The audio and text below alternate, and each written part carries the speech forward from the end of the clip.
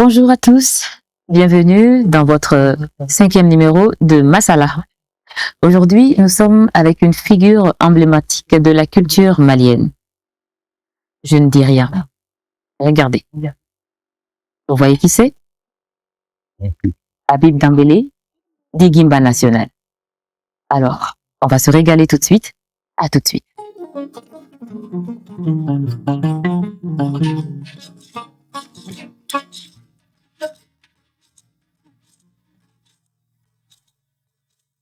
Bonjour, Habib Dambélé, Guimba National, tonton Guimba. Bienvenue sur le plateau de Masala avec Fifi. Bonjour Fifi, merci beaucoup. Merci pour l'invitation. C'est un grand honneur pour moi d'avoir accepté cette invitation, d'être sur le plateau de Masala. Et qu'est-ce que vous dites à mes téléspectateurs? Et que je suis content d'être ici avec toi et que c'est un honneur et que je suis profondément ému et je voudrais partager donc cette émotion avec eux. Oh super, nous avons de la chance, nous sommes gâtés. Guimba National, dis-moi, Oui. tu n'es plus à présenter sur le plan national et le plan international. Mais aujourd'hui, si on te demandait à toi de te présenter toi-même, qu'est-ce que tu dirais de toi? Je dirais que je suis Habibou Dambélé, né à 100. Je suis un Dafi, né à 100, dans une case en banco, à la lumière d'une lampe à beurre de qualité, sur une natte à même le sol, et je dors encore dans les arbres. Magnifique. Je précise que c'était un 19 avril 1962. Absolument. Parfait. Et le 19 avril 2026 dernier, vous avez fêté vos 64 ans. Absolument. Alors je dis tu, vous, je suis tellement émerveillée. Excusez-moi. On va aller avec le tu. Oui, il me Alors, faut. dis-moi tonton, Oui. quand tu intervertis le 6 et le 4, ça donne quoi? À 46, en fait. 46. Oui. Alors, moi, j'ai appris quelque part que Oula Ladji Oui. est né un 19 avril 1916. Oui. Non, c'était pas sa date de naissance, c'était la date où il avait pris la tête d'un combat contre l'occupation, La révolution Bobo, la révolution Bobo. où les Dafis se sont ralliés à lui. Avec Bobo. Et ce combat, Oui. il a eu gain de cause Oui. le 19 avril 1900. En tout cas, c'était la date la plus sanglante, la date la plus engagée, la date la plus importante de la révolte des Bobos. Et donc, lui, il était donc en tête donc de cette fait partie des gens qui étaient en tête de. Alors pourquoi je dis, Oui. pourquoi je demande quand tu intervertis le 6 et le 4, ça devient 46, Oui. parce que 46 ans, après jour pour jour, Oui. Moi-même, je suis né. à Habib Dambélé, tu es né un 19 avril 1960. C'est vrai, c'est vrai. Est-ce que tu crois à la réincarnation? C'est une coïncidence troublante, en tout cas. C'est pas une coïncidence anodine, hein? Bon, en tout cas, Moi, je me dis que Koula Ladji est devant moi actuellement sur mon plateau avec qui je suis en train d'échanger, quoi. oh là là. Oh là là, il était un type assez magistral. C'était en même temps un saint et un saint qui pouvait se faire tout petit. C'était quelqu'un qui avait beaucoup de connaissances dans sa tête. C'était quelqu'un qui avait le respect de l'être humain dans son cœur et dans son esprit. C'était quelqu'un qui était très familier. C'était un savant. Donc, il savait beaucoup de choses dans la vie.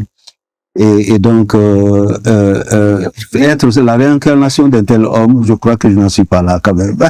Mais toutes les qualités que tu viens de dire, est-ce que tu ne retrouverais pas toutes ces qualités en ta personne? Ah non. Tu n'es pas très famille? Tu es très famille, on est d'accord. Ça c'est vrai. Tu as beaucoup d'humilité. Bon, on ne fait pas exprès pour avoir ces choses-là. D'accord. Ouais. Je pense que tu ressembles beaucoup à Koula Ladji. Hein. Bon, en tout cas, ça me flatte profondément. Tout le monde parle de Guimba National. Oui. Tout le monde parle de vos œuvres, des pièces de théâtre que tu as jouées, des films dans lesquels tu es passé. Oui. Aujourd'hui, moi, ce qui m'intéresse, Oui. c'est l'homme. Oui. Qui était ton père? Qui était ta mère? Ah oui. Mon père avait été recruté comme douanier quand le colon est parti. Ils ont dit aux gens, voilà, tous ceux qui savent écrire leur nom, le Mali a besoin d'eux pour faire fonctionner l'État. Donc toi, ton père était douanier. Mon père avait fait 3 ans de scolarité. Il a été recruté comme il savait écrire son nom, il savait lire. Donc il avait été recruté comme un des premiers douaniers du Mali. Voilà, pour faire fonctionner le Mali. D'accord. Et ma mère était une ménagère. Comme tous, la plupart des mamans à l'époque. Tout à fait, exactement. Quelle était ta relation, toi, avec tes parents? Est-ce que tu étais un enfant sage?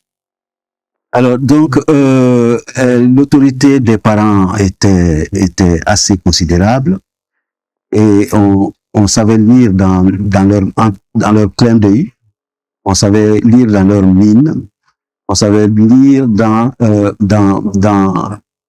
leur façon de voir les choses. Donc, on n'avait pas le choix, on devait respecter, on devait tout ce qui était. Je dis très souvent aux gens, j'ai dit, si j'ai eu un héritage, parce que mes parents sont tous les deux décédés, mais il me reste encore beaucoup de papas qui sont en vie et beaucoup de mamans sont décédés, mais si j'ai un héritage, c'est vraiment tout ce qu'on a eu comme héritage, c'est tout ce qui concerne, être conscient de tout ce qui concerne l'être humain. C'était ça. Parce que on partait du fait que l'humanité ne sert à rien si ses valeurs ne servent pas l'homme. C'est comme ça que nous avons été modulés, formés, et donc dans notre famille, une famille de 300 personnes dans laquelle je suis né. C'est pour cela. J'allais y venir. Exactement. Tu as grandi dans une famille religieuse de 300 personnes. Absolument. Tu dormais à même le sol parfois. Tout à fait. Si tu avais de la chance, tu dormais sur la natte. Absolument. Tu mangeais avec toutes ces 300 personnes parce que c'était une famille religieuse et il y avait des élèves coraniques partout. Absolument. Et donc vous étiez tous confondus. Absolument, absolument. Les uns aux autres. Absolument. Et c'est ce qui explique aujourd'hui ton humilité? Peut-être.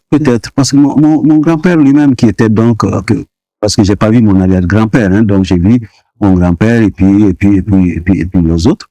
Et donc, c'était leur façon. Ton arrière-grand-père, c'était le Koula Ladjila. C'était le Koula Ladjila. Ouais.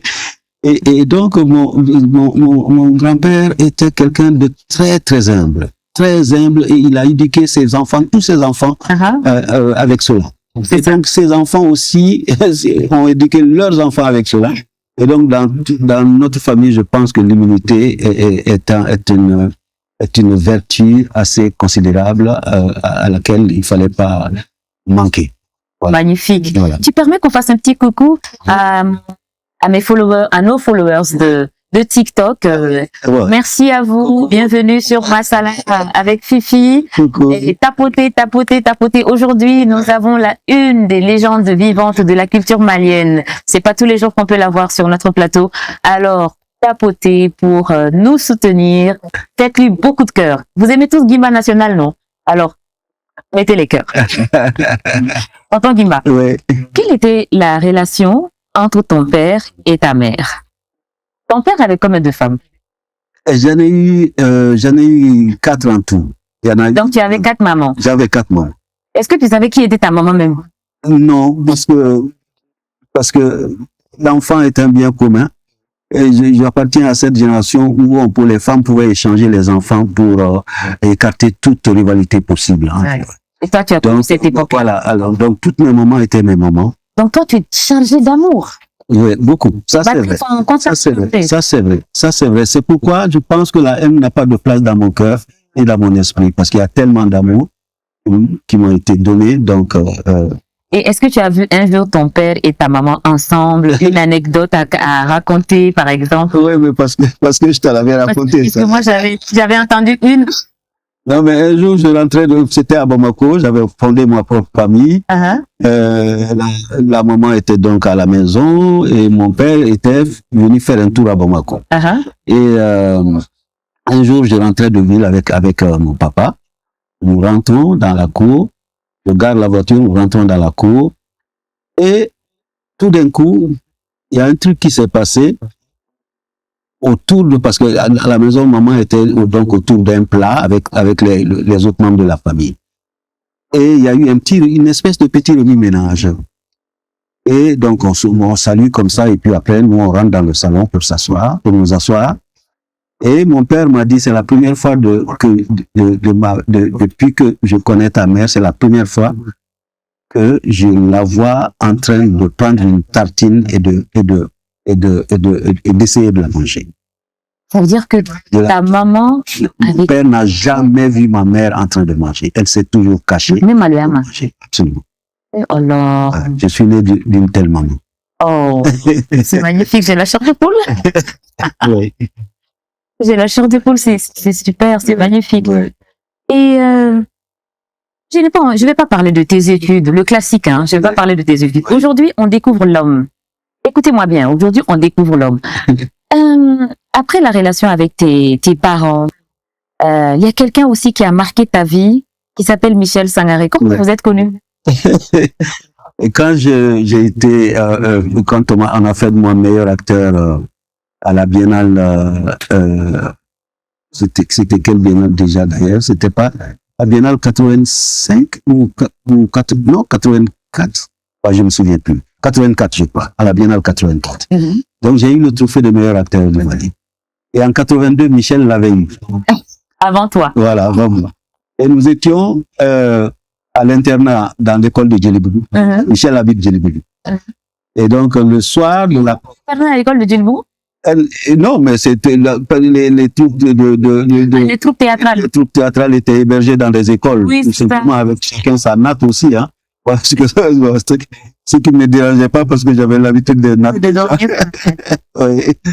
Donc, le soir des résultats, après la proclamation des résultats au stade Modibo Keïta, chacun rejoint son logement. Donc, nous, on est reparti à notre hébergement, à l'école de Djelibougou. Et donc, il y a un type avec un nez, un très gros nez, avec un noir comme un Sénégalais ou un Soudanais. Avec la peau d'ébène. Exactement, tout à fait. Il avance, mais avec un sourire éclatant, qui dit, il est où le petit qui a gagné le lauréat voilà. Et on me pointe du doigt. Et quelqu'un me dit, il y a Michel qui te cherche. Je ne connaissais pas Michel. Et donc, je me suis levé, et il a couru vers moi, et il m'a attrapé dans ses bras. Et on ne s'est plus jamais quitté. Oh là là, c'est magnifique. Oui. Vous êtes devenu... Amadou Ampateba dit que, parle d'un personnage dans Tchernoboka. Exactement. C'est un personnage qui s'appelle Mabal. Mabal qui est un tisserand, qui chic du tabac, qui croque la cola, qui chante, qui peut-être boit de l'alcool, je ne sais pas toi. En tout cas. Il était un personnage assez farfelu comme ça, et les élèves d'Ampateba, de Tchernoboka se moquaient de ce personnage. Et donc un jour, Tchernoboka leur dit, vous savez ce type-là, ce Mabal-là, Mabal c'est comme de l'or que tu mets dans un chiffon troué, que tu jettes sur un tas d'ordures. Cet or a la même valeur que l'or qui se trouve dans les vitrines à Bruxelles. Et pourquoi cette nuance? Michel est comme ça. Oh. Michel est comme ça. Oui. C'était une espèce d'or. Absolument. C'était la pièce d'or pour toi. Absolument. Oh, c'est magnifique. Humainement, il n'a été fou et la nama datu là. Absolument. Il était quelqu'un d'incroyable. Et Michel Kadjebe Kononala. Anecdote du Meno de Bino, mi est remarqué, c'est sûr qu'on a dit, Mourati Chamanta. Mais, quand il est mi marqué, quoi ça va? Il y a tellement de choses comme ça qu'on pourrait dire sur Michel. Un jour, il avait disparu. Quelques jours. Il m'a même rien dit. Je ne peux pas faire une journée sans le voir, ou lui parler et tout ça. C'était pas l'époque des téléphones portables, hein. C'était donc, c'était des téléphones fixes, mais c'était pas les téléphones portables. Et puis après 2 jours après, il réapparaît. Donc quand je l'ai vu, je l'ai boudé. Pour lui manifester mon... Voilà, à un sondage. Tout le monde m'a tarofogné, rien du tout. Et donc il n'a rien dit. Il m'a laissé le bouder. Jusqu'au moment où mon père lui-même m'a appelé au téléphone pour dire, Michel était ici à 100 avec nous. Il est resté 2 jours. Donc quand il avait disparu, il était parti chez toi. Et quand il est revenu, toi, tu l'as boudé. Et Allah, Teria. Après, les gens ont beaucoup contribué à cela. Fait, dis donc, la compréhension de cette amitié-là était quelque chose de très, très amusant aussi. Un jour, il y a un type qui me rencontre. Moi, je viens de cette rue, elle de cette rue-là. On se croise là et la personne me dit Gimba de Michel. Gimba de Michel. Oui. Après, quand j'ai eu mon accident aussi en 94, je crois, Alpha Omar Konaré, merci à Alpha, a décidé de m'évacuer, de me faire venir en France pour me soigner. Les gens ont raconté que Michel m'a accompagné jusque dans l'avion et que Michel pleurait et que moi j'ai dit à Michel, arrête de pleurer, tu es seulement jaloux parce que je vais en France. Ce sont les gens qui ont l'intelligence de fabriquer des choses comme ça. Ce n'était pas vrai. Il y a beaucoup de choses qui ont été fabriquées. C'était tellement mignon. Il y a beaucoup de choses qui ont été fabriquées sur ton nom. Oui, ça c'est vrai. On va y venir. Oui. Maintenant, je veux revenir au personnage emblématique dans les années 90 qui a impressionné les Maliens. Il s'appelle Yaro. Oui, oui. C'est qui? Oui. D'où? Moi, parmi mes membres. Yaro a été créé comment? Nous, d'abord, je suis de sang. Mes parents. Au début, tu as dit tu es Dafi. Voilà, je suis un Dafi. Je te précise, Dafi, il n'est pas Bobo. Voilà, je suis pas Bobo, c'est vrai. Il est Dafi. Mais bon, c'est à la révolte des Bobos que mon arrière-grand-père s'est fait voir aussi. C'est pour le connaître. Oui. Et donc, nous, on est très proches des Bobos. Oui. Ce sont nos frères. Voilà. Donc, voilà. Et j'avais 2 mamans Bobos parmi mes mamans. Et je suis de Sang, en plus. Sang, c'est la capitale, c'est censé être un peu la capitale des Bobos. Si il y a des Dafi et des Bobos qui sont sur la TikTok, là, faites-nous des coucous et tapotez des petits cœurs. Tapotez. Sans réserve. Voilà, sans réserve. Parce que nous sommes aujourd'hui Bobo et Dafi. Voilà. Exactement. Et donc, c'est des gens que j'ai côtoyés depuis ma naissance.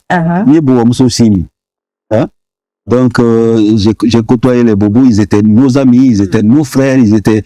Donc, j'ai un peu grandi avec eux, et donc l'accent Bobo était beaucoup plus facile pour moi à faire. Et donc, j'avais une l'imagination de Yaro, là, c'est devenu comment? C'est-à-dire que tu t'es endormi un jour, tu t'es levé, tu as dit, je veux faire... Ouais, c'est ça. Ce qui est un mystère dans le truc de l'inspiration, c'est qu'on ne sait pas d'où ça vient. Ça te vient comme ça, tout d'un coup. Tu ne sais même, tu ne vois pas venir. C'est ça. Et tu vois que c'est là. Et donc, il faut pas rater l'occasion de la saisir. C'est ça. Et donc, je me suis dit, mon métier est devenu un comédien. Enfin, mon métier, c'est d'être comédien. Oui, après le DF, tu as fait l'INA. Plus tard, tu t'es formé en France, ici, à l'Institut national de l'audiovisuel en France, à l'INA. Mais, avant tout ça, avant que tu viennes te former ici, Yaro a été créé. Ensuite, il y a eu Seko, Boiré. Ensuite, il y a eu Éclat de rire. Maintenant, Yaro, c'est qui? Yaro, je devais utiliser le personnage de Yaro pour parler de la société malienne. Ça m'a beaucoup servi dans ça. Et je pense que les gens ont beaucoup aimé. Yaro était vraiment très, très suivi, aimé, adoré au Mali, en Côte d'Ivoire, au Burkina Faso. L'histoire aussi. L'histoire est une histoire inventée. C'est une histoire. C'est une histoire inventée. Je voudrais rendre hommage ici à Seydou Touré, qu'on appelait Dougouti, qui nous a quittés. Voilà, c'est avec lui que j'avais écrit le texte de Yaro, en fait. Tous les deux, dans sa petite cour à Mednakoua, c'était mon aîné, moi j'allais vers lui très souvent. Et donc, nous avons décidé de l'écrire ensemble. Lui, il a joué les patrons dans Yaro, et moi, j'ai joué Yaro. Voilà. Mais nous, quand nous on était petites, on a découvert Yaro en cassette. Les gens achetaient les cassettes de Yaro. Oui, il y a un truc là-dessus, c'était la première fois que des comédiens, parce on est des fonctionnaires de l'État. Et donc, on a eu beaucoup de problèmes à cause de ça. Et ça va nous conduire, c'est à l'origine d'ailleurs de la dispute qui va faire en sorte qu'on quitte la fonction publique. Oui, parce qu'on va nous punir pour ça. On va nous dire, nous faire comprendre qu'on était des fonctionnaires qui n'avaient pas le droit de mener des activités lucratives. C'était complètement faux. C'était égoïste à l'époque. Mais on a osé le faire, nous ne sommes pas tués, nous les avons bravés. Et donc, finalement, voilà, on est sorti victorieux de cette petite bataille. C'est magnifique. Et aujourd'hui, vous en êtes là. Tonton, tu permets qu'on fasse une petite pause parce que tu sais, nous sommes à Faso Dibi. Oui, ça c'est vrai. Nous sommes chez Abba. Et donc, du coup, Abba, Faso Dibi, le Dibi à Montreuil. On va faire une petite pause. Les amis de TikTok, on va faire une petite pause. Nous revenons tout de suite et on va boire on va nous faire découvrir des boissons de chez Abba, de Faso Dibi. À tout de suite. À tout à l'heure. Nous revenons sur la pause. Maintenant, les choses sérieuses aussi vont commencer. Nous sommes à Faso Dibi. Et quand on est à Faso Dibi, c'est des découvertes. Aujourd'hui, nous avons notre grand chef, Tonton Habib. Oui. Il est là pour nous servir des boissons. Des boissons. Un boisson surprise pour Tonton. Des boissons surprises pour Tonton, d'accord. Allez, on y va. Merci. Merci infiniment. Oui. Super. Méthodiquement, techniquement, il est en train de poser les verres. Waouh, super. Merci Tonton. TikTok followers. Merci. Mais non, c'est pas fini, c'est pas fini. C'est pas fini, il faut rester. Parce que là, nous, on parle toujours à la télé, là. Oui. On parle au micro, là. Oui. Lui, il est toujours sur des scènes, là. Aujourd'hui, là, toi aussi, tu vas comprendre que nous aussi, notre travail, là, c'est quelque chose. Oui, exactement. Je suis pas invité aussi. Oui. Il fallait m'apprendre d'abord. Non, tu es un as dans la cuisine. Il y a rien à dire. Tu es un chef. Maintenant, si tu es sur le plateau de Masala avec Fifi, qu'est-ce que tu as préparé? C'est quoi? Ah oui, c'est vrai, oui. Il faut savoir qu'est-ce que c'est. En fait. Ah. Oui. Parce qu'on peut pas les... Une surprise, on peut pas les dire c'est qui est là-dedans quand même. Ah oui, C'est d'accord. Tonton qui doit goûter. Oui, d'accord. Tonton doit goûter. Oui. Tonton? Oui. Bon, on te laisse goûter. Écoutez. C'est Tonton tout à fait Guimba quelque chose, goûte. Tonton va le dire. Bon, si je veux goûter. Ça, c'est du gingembre. Oui. C'est magnifique. Bravo Tonton. Mais- Tonton, C'est quoi le gingembre? Le gingembre. Eh bien, c'est le gingembre. Moi, j'ai l'impression que j'ai bu du dablini. Oui, c'est ça. Mais il y a de la menthe dedans. Il y a un goût de menthe. Bon, il y a du sucre, évidemment. Oui. Attends. Il manque quelque chose quand même.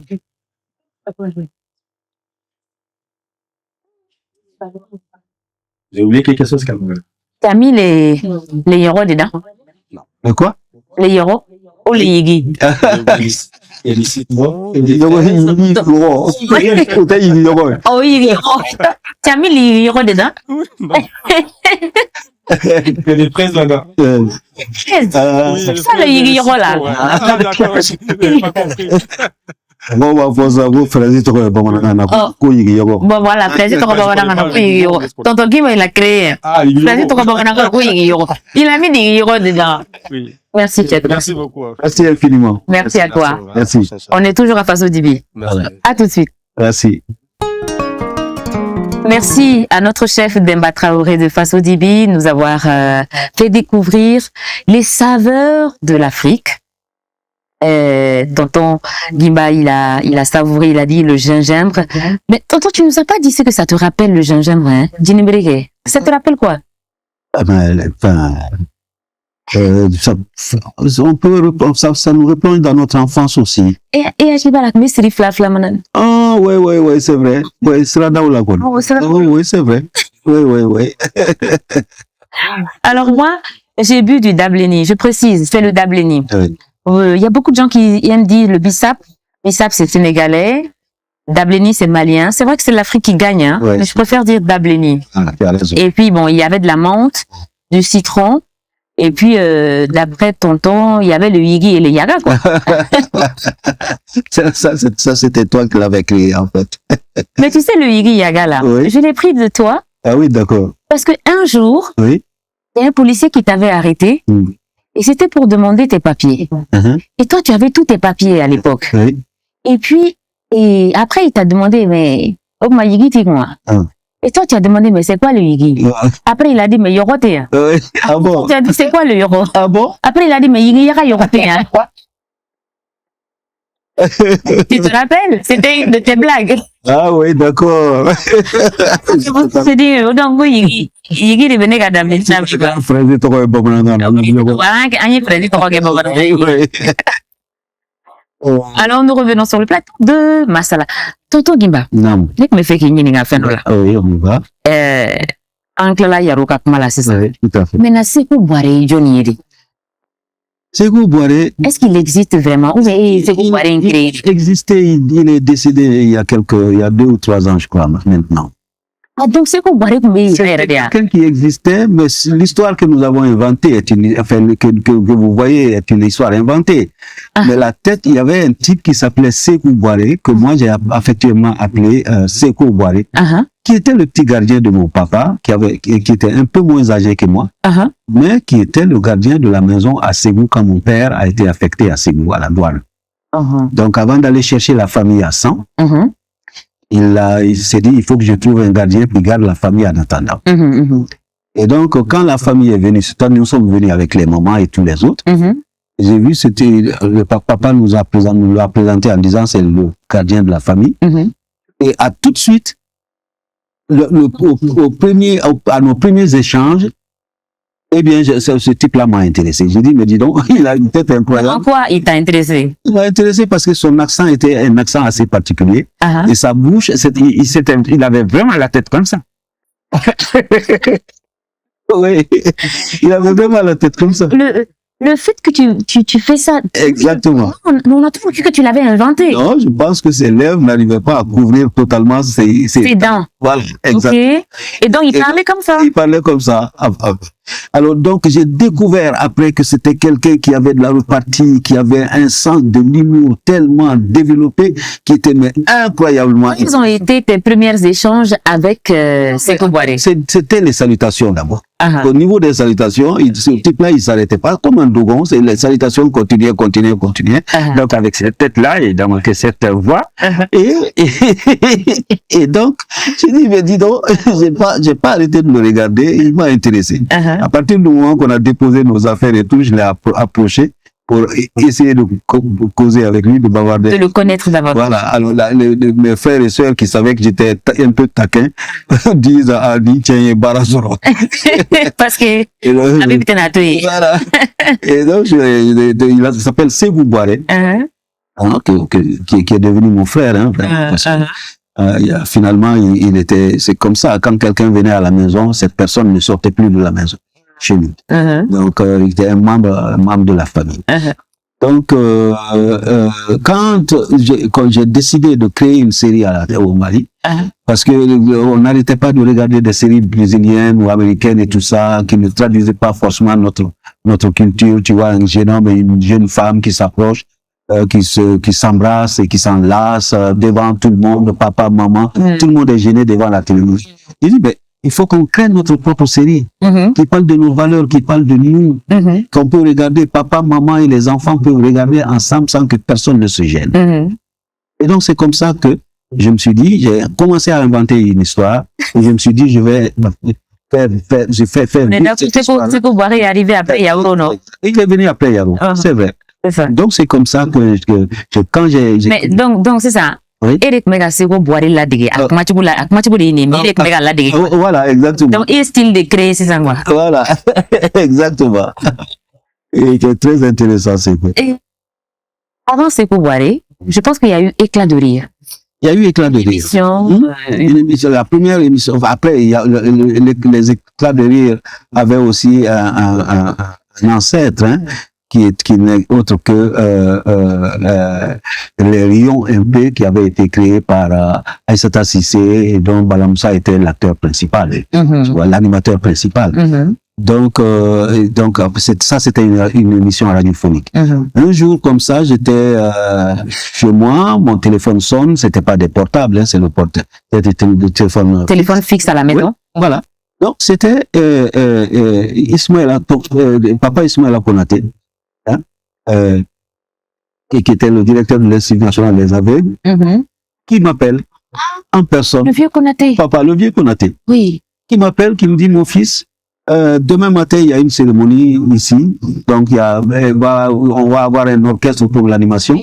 La marraine de cet événement-là, c'est Madame Moussa Traoré. Je souhaite que tu viennes nous faire un peu de blague. Ce ne sera pas le papa de Maître Konaté, C'est lui qui a fait de Maître Konaté. Coucou à Konaté. C'est lui qui a fait de Maître Konaté mon petit frère. Oui, absolument. Parce que c'est lui qui nous a connectés, en fait. D'accord. Oui, tout à fait. C'était très inspirant. Il était incroyable, vraiment. Un des meilleurs papas que nous avons perdu, à la Kahinala. À la Kahinala. Et donc, quand il m'a dit ça, il m'a dit, on commence à 9h. J'ai dit, papa, à 9h, je serai là-bas. Je t'appartiens bien propre. Et donc, je suis là-bas à 9h, l'orchestre commence à jouer, la cérémonie et tout ça. Puis, peu de temps après, l'orchestre a fait une pause. On a appelé Gimba au téléphone. Moi, je viens, je prends le micro, j'imite Moussa Traoré devant son épouse. Devant son épouse, qui est donc ma tante, Alagarina Ouflabella. Et donc, 2 jours après, elle me fait appeler à la présidence pour me dire qu'elle a envie que je crée une émission humoristique à la télévision malienne, parce que ça existe dans toutes les télévisions sauf la télévision malienne. Ah, j'ai dit, mais tanti, non, moi, je suis un fonctionnaire, je ne m'appartiens pas à moi-même, j'appartiens. Parce que, là, les sortants de l'INA étaient des fonctionnaires payés par l'État, tout à fait, comme les comme les griots, les artistes de l'ensemble instrumental également. Exactement, l'ensemble instrumental, les ballets maliens, le ballet national donc, et le Koteba national. C'était donc exactement, tout à fait, tout à fait. Donc, c'était très encourageant à l'époque. C'était très, très, très, très encourageant. Et donc, elle a dit, non, mais je voudrais seulement ton avis. Si tu es d'accord, moi, je vais parler au ministre concerné. Et donc, j'ai dit, c'est avec plaisir. Je vais appeler mon frère Michel. Nous allons le faire. Mais on va pas pouvoir rester tout le temps parce qu'on a tellement de choses à faire. Mais ça va révéler des talents. Et donc, c'est comme ça que le monsieur... Éclat de Gris créera autour de là. Exactement. Et là, vous avez fait appel à tous les humoristes de la place. Ceux qui étaient là, nous nous sommes mis à la tâche. C'était nous, Diarra d'abord, qui était là comme directeur, qui après était directeur de PMI Mali. Traoré. Oui, nous, Traoré, ouais, je crois, peut-être. Et puis qui est décédé après. Oui, qui est décédé à la Kahinoubera. Voilà. Donc, on a enregistré, on a fait toute une journée pour enregistrer plein de blagues. À partir de là, l'ORTM a commencé à diffuser. À partir de là, les jeunes ont commencé à s'intéresser à la, et ça a quand même servi à quelque chose. Parce que ça a révélé des talents, effectivement. Voilà. C'est comme ça que Éclat de Rire Éclat de Rire est là. Exactement. Et après, il y a eu beaucoup de pièces de théâtre que vous avez créées. Vous avez été révélé entre 1983 jusqu'à nos jours dans la pièce Wari. C'est vrai que vous aviez joué dans Tondion. En attendant, vous avez joué dans Wari. Après vous-même, vous avez créé votre one-man show dans 52. Exactement. Aujourd'hui, il y a les compagnies théâtrales de Gimba National.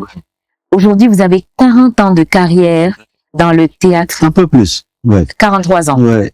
43 ans. J'ai bien compté. Pour être précise. Vous avez 43 ans de carrière. Comment se passe l'état de santé du théâtre malien? Le théâtre malien se porte bien, mais attends, il faut pas que les gens réduisent le théâtre à l'humour. L'humour est une petite branche de l'arbre qui s'appelle le théâtre. Voilà.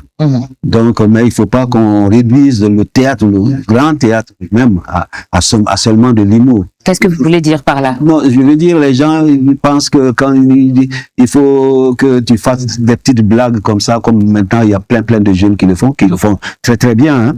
Et donc, mais c'est pas ça, c'est le théâtre n'est pas que ça. Le théâtre est autre chose. Autant le théâtre peut faire rire, autant le théâtre fait pleurer. C'est clair. Je raconte une anecdote qui un jour on était à New York, on jouait une pièce de théâtre. Et donc pendant un mois, je crois, on était libre que les lundis seulement. Et donc un jour, je sors le lendemain, quand on joue le lendemain dans la journée, je me promène à Manhattan. Et donc il y a des ateliers de coiffure, de machins et tout. Les gens, c'était à l'époque où Seko avait commencé à être diffusé à la télévision malienne. Les gens n'arrêtent pas de rire. Les filles sortent de leur atelier. Elles voient passer, elles sont amusées, elles rigolent. Le soir, quand on finit de jouer ce qu'on était allé jouer à New York, tu t'arrêtes à la porte, tu vois que tout le monde pleure. Tellement il y avait de l'intensité dans la pièce que nous présentions à cette. Donc, quand tu me dis... le théâtre fait autant il fait rire, autant il fait pleurer. Effectivement. Comment se passe l'état de santé du théâtre au Mali? Oui. Je pose la question. Différemment de l'humour, des humoristes éphémères qui passent. Aujourd'hui, est-ce qu'il y a une compagnie de théâtre? C'est vrai que nous, à notre enfance, on a connu le Koteba. Oui, tout à fait. Le Koteba national. Oui. Au-delà du Koteba national, est-ce qu'il y a d'autres compagnies de théâtre? Parce que le théâtre, je ne vais pas le définir, je vous laisse le définir, mais je pense que c'est des textes à apprendre. Oui, tout à fait. C'est des scénarios à mettre sur scène. Tout à fait. Et c'est de jouer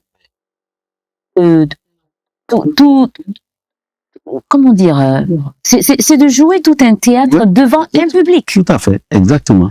Alors, comment ça se passe maintenant actuellement au Mali? Est-ce qu'il y a de l'avenir encore au Mali? Bon, maintenant, on a un ministre maintenant qui est un ministre extraordinaire, Mahmoud Daffé, qui lui-même, donc, c'est un homme de culture. C'est un homme de culture. Bamou, c'est la culture. Dans son apparence, dans ses paroles, dans ses actes, dans tout ce qu'il fait, c'est un grand ministre de la culture. Mais il y a une grande prolifération des humoristes au Mali. Absolument. Et pourquoi il n'y a pas autant de compagnies de théâtre au Mali? Que des compagnies de théâtre se font des concurrences. C'est clair, c'est parce que... Vous avez déjà commencé avec la compagnie théâtrale de Gimba National. Chaque année, vous faites, vous formez, vous faites des masterclass, vous faites de votre mieux. Absolument. Mais n'a-t-on pas besoin de plus? Le Mali a besoin de soutenir la culture. L'État malien a besoin de soutenir la culture. Le budget, vous savez, je rends très souvent une espèce d'hommage à Jacques Lang, même s'il a eu des problèmes juridiques à ce moment-là, il n'y a pas. Mais c'est quelqu'un auquel on doit un truc qui était formidable. Mitterrand l'aurait appelé pour lui dire, je vais te nommer quand Mitterrand a passé président. Je vais faire de toi le ministre de la Culture. Et il dit, j'ai une condition. Il aurait dit, j'ai une condition. La condition, c'est que le budget de la culture, c'est ça. Mais moi, je veux ça. Et Mitterrand lui a donné ça. Et donc, au Mali. Là, voilà, jusque-là, aujourd'hui, il est considéré comme le meilleur ministre de la Culture que le monde ait connu. D'accord. Ce record n'a pas été battu pour eux. Quel est le problème du Mali dans le monde de la culture? Il faut subventionner l'art, c'est tout. Il faut augmenter le budget du ministère de la Culture. Les compagnies sur place doivent avoir des fonds pour monter leur spectacle. Tonton, est-ce que tu peux le dire directement? On a besoin de le comprendre, on a besoin de le savoir. Oui. On a besoin de le sentir. Oui. Le Mali a-t-il besoin aujourd'hui d'augmenter le budget? Mais c'est ce que j'ai dit, je n'arrête pas de le dire. De la culture? De la culture. Il faut augmenter considérablement la culture au Mali. À un moment donné, c'était zéro. Le budget de la culture par rapport à quelque chose pour cent. 0,05. Franchement, si on pouvait avoir 10 ou 15% du budget national pour le département de la culture malienne, les compagnies seraient financées pour monter des pièces de théâtre. Si vous êtes d'accord, on est en train de parler de culture. Si vous êtes d'accord, tapotez. Est-ce que vous êtes d'accord que le budget national du département de la culture doit être augmenté? Au Mali, aujourd'hui, depuis très longtemps, le Mali regorge d'une diversité culturelle énorme. Nous étions des premiers, il y a 30 ans, nous étions des premiers sur le plan cinématographique. Mais aujourd'hui, il y a beaucoup de pays qui nous ont dépassés. Est-ce que vous êtes d'accord avec ça? Ça, c'est vrai. Absolument.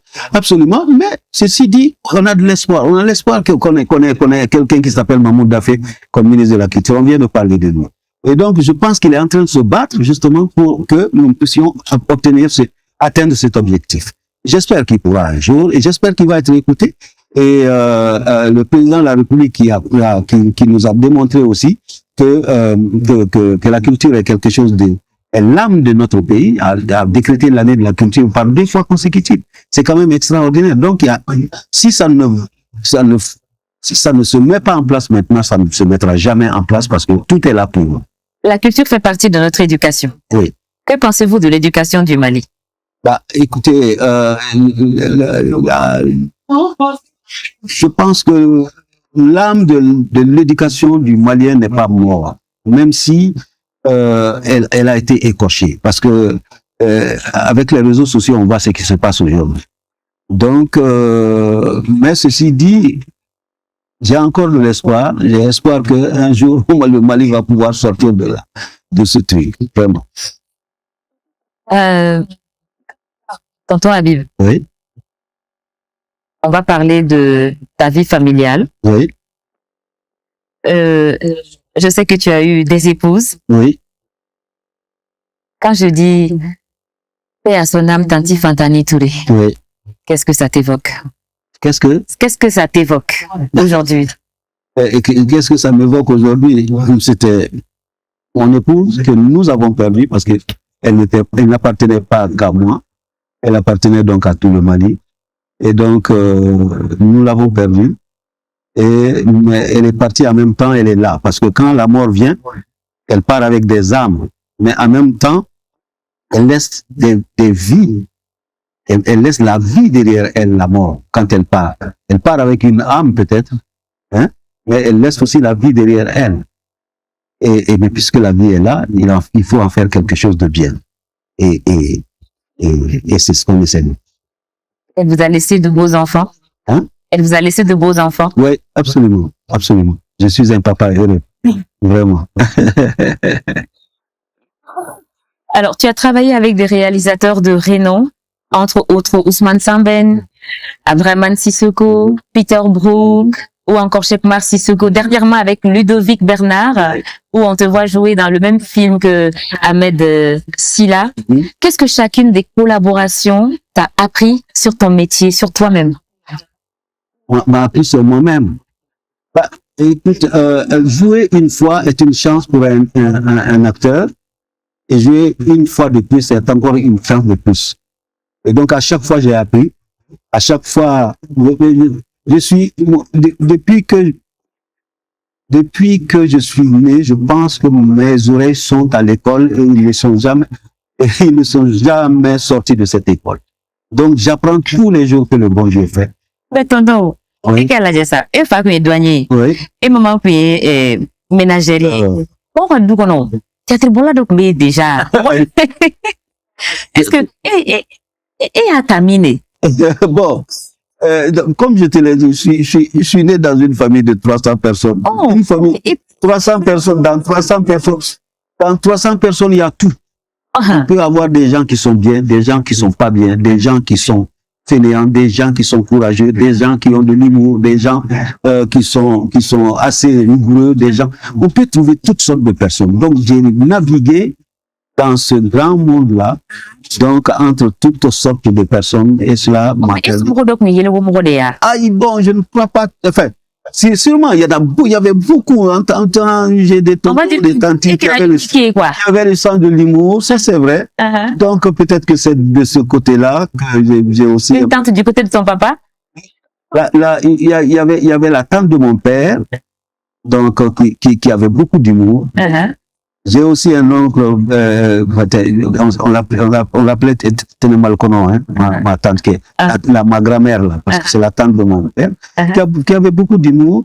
Un des petits frères de mon papa, Bayen Diallo, il est d'Ambélé, mais je crois qu'à Tomaya, dans la groupe Bayen Diallo.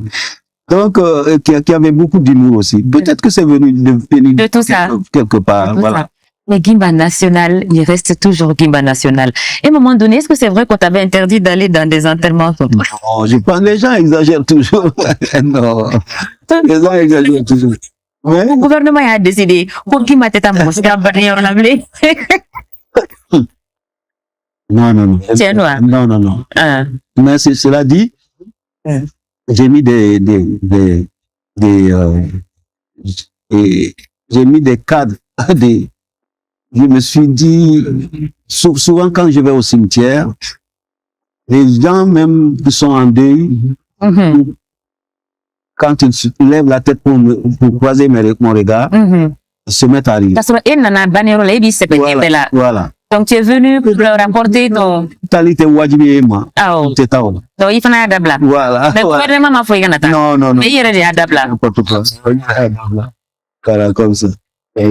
Alors, tonton, j'ai envie de rappeler aux téléspectateurs de Masala et à nos amis followers de TikTok, tu as reçu énormément de prix et de distinctions. J'ai envie de les citer. Permettez-moi de lire parce que je peux pas tout retenir. Alors, prix du meilleur acteur En 1984, tu as reçu le prix du meilleur acteur à la Semaine nationale des arts et de la culture. 1984. Ouais, c'est un d'autre théorie, donc oui. Et avant 1983, meilleur acteur du Mali, consacrant ton talent sur la scène nationale. En 1997, tu as reçu le prix de la meilleure œuvre littéraire pour ta pièce de théâtre Le Chantier.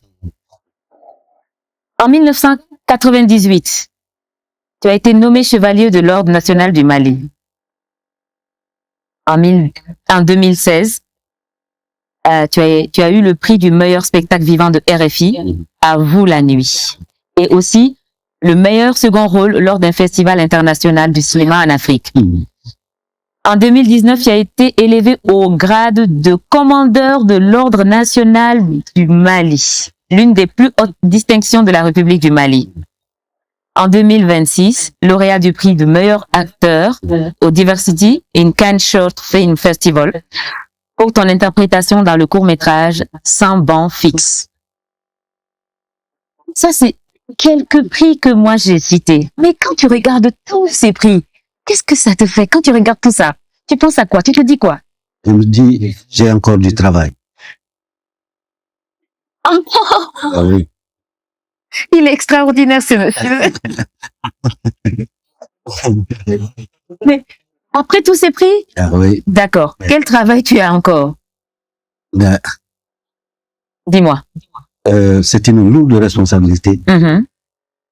Il faut pouvoir soigner, protéger, élever. Et donc, ça veut dire que tu es devenu un exemple et tu dois faire en sorte que les jeunes générations te regardent, te suivent, te singent. Te suivent, te singent. Absolument. Il a de ces mots. Il est extraordinaire. Tu n'as plus le droit à l'erreur. Tu es le symbole d'un Mali prospère, d'un Mali qui gagne, d'un Mali. Et donc, tout cela va faire en sorte que, voilà, tu deviennes, que tu donnes le meilleur de toi-même à chaque instant. Donc, il y a une petite fille qui avait 2 pommes dans ses mains. 2 pommes? Oui. Ok. Sa mère dit, oh là là, elle va m'en donner une. Et tout d'un coup, elle croque dans une des pommes et ensuite dans le deuxième aussi. La maman est dessus. La maman dit, mais pourquoi tu fais ça? Elle dit, c'est celle-là la plus douce. Je te donne la plus douce. Ouais. Et est-ce que c'est ce que tu donnes aux Maliens? Absolument. Tu donnes le meilleur de toi-même. C'est ce que je sais. Ça me fait penser à ta candidature aux élections présidentielles. En parallèle de ta vie artistique, tu as choisi de t'engager en politique en te présentant à l'élection présidentielle. Qu'est-ce qui t'a poussé à franchir ce pas? C'est pas qu'est-ce qui m'a poussé à franchir. Le slogan Mali en vérité. Oui, exactement. C'était la 2e fois. Je vais parler comme Cheikh Omar Sissoko, qui est un de mes mentors. D'accord. J'ai dit à Cheikh Omar un jour, arrêtons de faire la politique et continuons le cinéma. Cheikh Omar m'a dit, mais c'est la politique qui m'a amené au cinéma. La politique sociale, voilà. Ça veut dire que depuis dans les années 80 jusqu'à aujourd'hui, 43 ans, quand on dit, bah, tu es en train de faire la politique à travers tes scènes de théâtre, absolument, à travers tes films, absolument, à travers ta personne. Absolument. Donc, tu es en train de faire la politique. Absolument. On va donner raison à tonton Cheikh Mar Sissoko, à qui on fait un grand coucou. Oui. Merci à tonton Cheikh Mar Sissoko. Surtout pour la 2e saison de Sékou Boiré, qui a été une réussite. Du haut de son grand âge, il a pris le dossier de Sékou, il l'a mis sous ses aisselles. Il est allé chercher de l'argent et Sékou a continué. C'est magnifique. Oui. Entre-temps, tonton, est-ce que les prochaines élections, tu vas te présenter? Pour l'instant, on attend que les élections soient en place d'abord. Effectivement, pour l'instant. Et pour la 2e saison de de Sékou Boiré, on a vu beaucoup de figures de jeunes, des jeunes humoristes, des jeunes comédiennes. Qu'est-ce que ça t'a fait de jouer avec des jeunes qui sont pas de ta génération. Tu t'es adapté. Oui. Tu t'es adapté à cette deuxième saison, Oui. qui a connu beaucoup de figures jeunes aussi. Qu'est-ce que ça t'a fait? Ça m'a fait Qu'est-ce que bien. tu as pensé de cette deuxième La deuxième saison. saison, oui. Ben, écoute, qu'est-ce que j'ai pensé? D'abord, Il y a eu un grand changement. ouais, il y a eu un grand changement. Seko a pris un autre détour à la dimension de Cheikh Omar Sissoko. C'est Seko qui a eu de la chance d'être perpétué, d'être continué par Cheikh Omar Sissoko. J'étais très heureux, très content, parce que Seko ne doit pas mourir. Non. Voilà. Seko nous avait beaucoup manqué. Absolument. Et Messita, Mais si tant ça va, elle va bien. elle va bien? Elle va très bien. Est-ce que tu allais venir avec sur le plateau aujourd'hui? Elle est un peu loin, hein. C'est ma petite sœur. Okay. J'ai beaucoup. Mais on avait toujours pensé qu'elle n'existait pas. Ah, si. Avant le dernier mot, avant ton mot de la fin, qu'est-ce que tu as à dire à la jeunesse malienne? Mais avant, Avant le mot de la fin, il y a le mot de la fin. Il y a le mot de la fin. Mais quel conseil tu donnes à la jeunesse malienne? J'ai appris d'un grand maître. Et un jour, il y a l'âne qui dit au lion. L'âne Oui. qui parle au lion. Oui. Ton abibia dame nede. Oui. L'âne dit au lion, Ah. tu es tellement beau, tu es magistral, je voudrais pouvoir te ressembler. Et le lion dit, mais c'est pas possible, déjà on n'a même pas les mêmes oreilles. Ok. L'âne s'en va, elle va se faire couper les deux oreilles. Elle revient voir le lion. Elle dit, bon voilà, j'ai coupé mes oreilles. Ok. Et le lion dit, bon, tu vois, maintenant, tu as cessé d'être toi et tu n'es plus moi. Et tu n'es pas moi. C'est ça. Restons nous-mêmes. Et c'est ce que tu as à dire à la jeunesse malienne? Absolument. De rester eux-mêmes, de ne pas vouloir ressembler aux autres et de rester eux-mêmes. C'est le message Absolument. de tonton Gimba. Vous avez entendu? C'est très pertinent. Oui. C'est très pertinent. Alors, le mot de la fin. Nous sommes ici à Fasso Dibi, chez un jeune malien entrepreneur qui a lancé sa dibiterie, qui a même amené ses barbecues en fer de Bamako à Paris. Qu'est-ce que tu as à dire à Fasso Dibi aujourd'hui? Quand je l'ai découvert, il était dans un petit kiosque. On ne pouvait même pas s'asseoir pour manger son dibi. Tu devais t'arrêter dans un coin. Non seulement t'arrêter, mais te faire tout petit pour que tu puisses... Moi, que tu as la place pour manger ton dibi. Et aujourd'hui, on est dans un endroit immense, magnifique, extrêmement beau, bien décoré. Félicitations à la décoratrice. Et donc, je l'ai retrouvé avec le même sourire, là-bas, avec la même gentillesse, avec le même accueil. Et donc, je suis très fier de lui. Et il marche avec une grande partie de la culture malienne qu'il entretient. Et félicitations à lui. Et j'espère qu'il sera de plus en plus grand. C'est ce qu'il a dit, que son rêve, c'est de faire Fasso Dibi dans chaque ville de la France et que ça soit connu partout. Donc, un grand merci à toi, Abba, de nous avoir reçus d'avoir reçu Massala avec Fifi chez toi. Merci pour ta générosité. Je dis merci également à Mamadou Sow, mon grand réalisateur et le promoteur de la chaîne Soninké. Je remercie enfin un homme emblématique de la culture malienne. J'ai écrit un petit mot pour lui. Écoutez. Depuis plus de 40 ans, Habib Dembélé œuvre à la promotion de la culture malienne sur les scènes africaines, européennes et internationales. Son engagement artistique et littéraire et citoyen fait de lui l'un des ambassadeurs les plus influents de la culture malienne. Son parcours illustre la capacité de l'art à promouvoir le dialogue entre les peuples, la paix et la valorisation des identités africaines. C'est lui, tonton Habib Dembélé. Merci, tonton, d'être venu sur mon plateau. Ça me touche profondément. Et c'est nous qui sommes honorés. Merci à toi pour tout ce que tu fais pour le Mali, à l'intérieur et à l'extérieur du Mali. Merci, tonton. Merci pour On essaie de t'imiter, mais on peut jamais t'égaler. C'était Massala avec Fifi. Merci. Et je vous rappelle que chaque mois, Paso Dibi organise le brunch. Chaque mois, une fois, les dimanches, Sarak Molo, Michise, Michikou, Froufrou, Ngomi, Seri, Dege, Laro. En fait, c'est la belle cité, ça. Donc, aujourd'hui, là, on va faire un petit tour pour voir tout le brunch avec tonton Habib. On va se régaler. Il n'y a pas que le Dibi, quoi. Vous voyez? Merci beaucoup.